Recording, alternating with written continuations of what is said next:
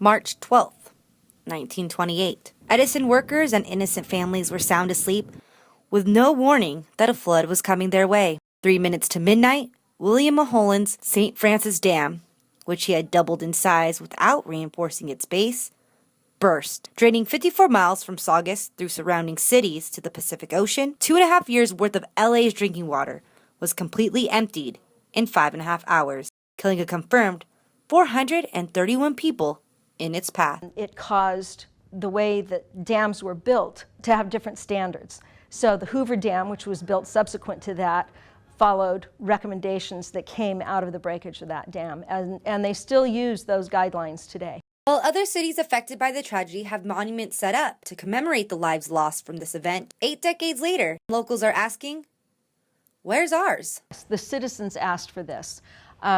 We received thousands of letters from the citizens of Santa Clarita and around Santa Clarita asking for this.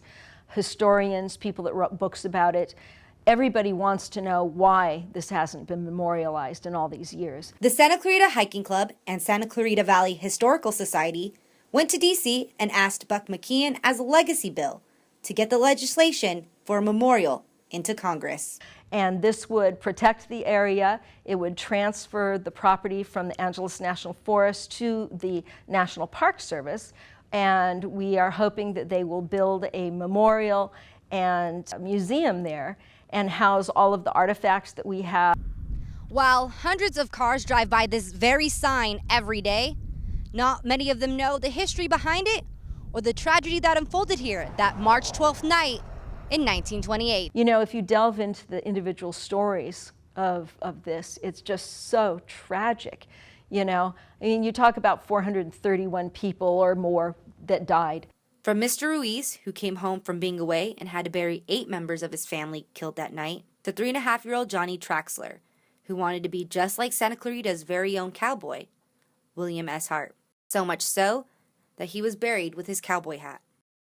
Real people with real families still around today wanting to commemorate and looking for closure.